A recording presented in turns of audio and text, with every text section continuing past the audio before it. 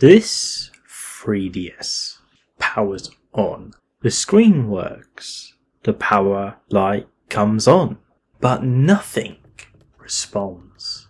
No buttons, no touchscreen, no volume, and no 3D. The console appears to be completely frozen. No matter how many times you restart it, nothing ever changes.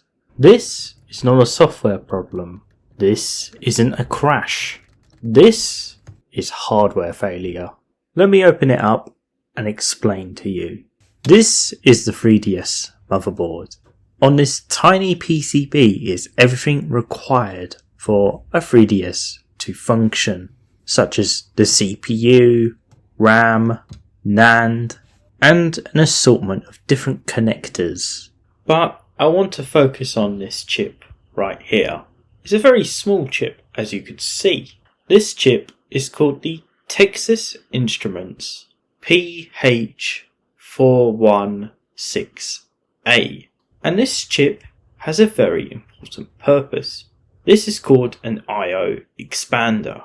What this chip is responsible for is expanding the inputs and outputs on this device, such as the buttons, touchscreens, and the sliders. This chip essentially tells the 3DS what to do with each of these buttons and how to make them respond to the operating system.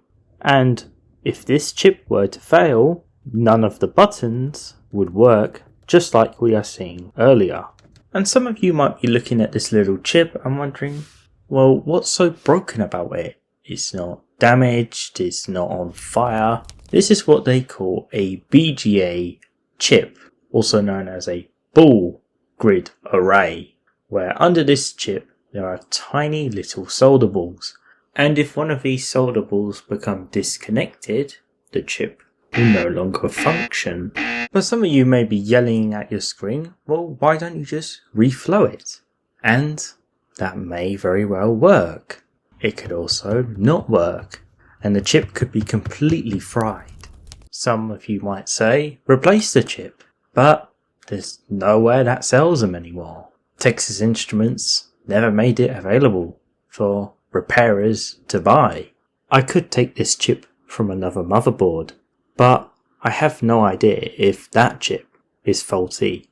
This won't only affect this 3DS, it will affect yours too.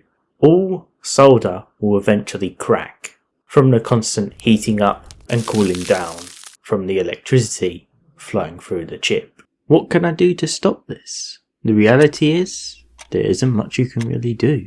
It's a ticking time bomb with no solution to the problem. We are already seeing Nintendo consoles of this age dying, especially Wii U consoles and 3DS cartridges. But maybe it's not too late. Maybe the community might come up with something to fix this. Only time will tell, I suppose.